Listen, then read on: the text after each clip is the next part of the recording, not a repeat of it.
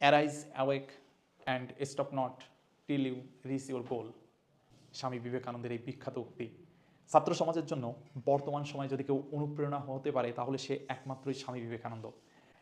স্বপ্নের আদর্শ যুবক, তার শরীরে থাকবে তেজ, অর্থাৎ সে তেজস্বী হবে, দেহে থাকবে শক্তি, এনার্জেটিক, এবং শুধু তাই নয়, তার মনে থাকবে উৎসাহ, বুদ্ধিতে থাকবে বিবেক, হৃদয়ে থাকবে করুণা, মাতৃভূমিতে থাকবে প্রেম, ইন্দ্রিয়ে থাকবে সংযম এবং আত্মবিশ্বাসে থাকবে সে অটল।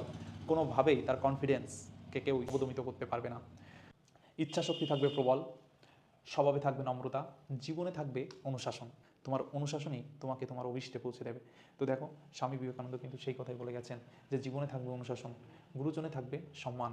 এখন জেন জেড জেনারেশান, এই জেন জেড জেনারেশান কিন্তু গুরুজনদেরকে সম্মান দিতে ভুলে গেছে। তারা গুরুজনদেরকে সম্মান দেয় না। পিতামাতাতে থাকবে শ্রদ্ধা, দিন দুঃখীর প্রতি থাকবে ভালোবাসা এবং সত্যের প্রতি থাকবে নিষ্ঠা। তো স্বামী বিবেকানন্দ এই কথাগুলি বলেছেন এবং তিনি বলেছিলেন যে সত্যের জন্য সব কিছু ত্যাগ করা যায়, কিন্তু কোনো কিছুর জন্য সত্যকে ত্যাগ করা যায় না। সবার পরীক্ষা অনেক ভালো হোক, জ্বলে ওঠো আত্মপ্রত্যয়ে এবং স্বামী বিবেকানন্দের স্বপ্নের ভারত বিনির্মাণে তোমরা অংশগ্রহণ করো।